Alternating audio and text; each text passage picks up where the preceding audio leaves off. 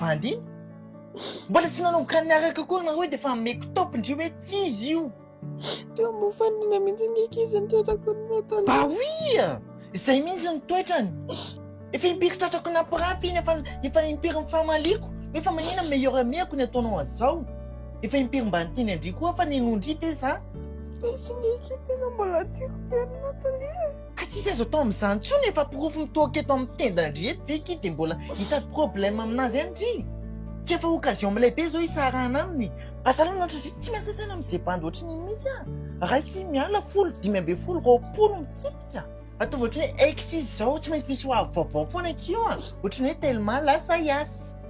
Fa mety tellement tsony. Iasy!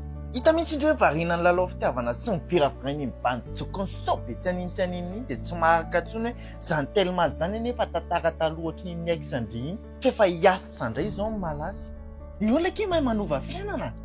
Fa nareo sisany andrasana mba hanova ny fiainanareo, anadiny tanteraka ny bandy tsisy ilavana azy, voay sady pampirafy tena tonga dia allergique be an'iny bandy mihitsy ndry moa tsy nitesisika hiaraka amiko. Aleky mahasarako izy ry Natalia. Izay tokony efa nataondry ideny voalohany. Mba heno ihany aty rehefa miteny. Orkalan'ny ty Ahoana ke Natalia? Miverina niaraka hoany akinareo. Tsy misy raha iny saiko izay kandry mbola tsy nierina koa reky ny fitenenako andriomaly dia zondry dia efa mahitsy izay miverina miaraka amin'ny sahady.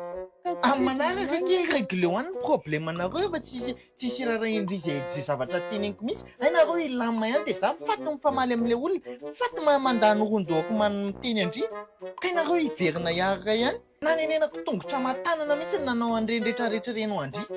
Za arky célibataire veuve kely ty mahalala ny tokony ataoko.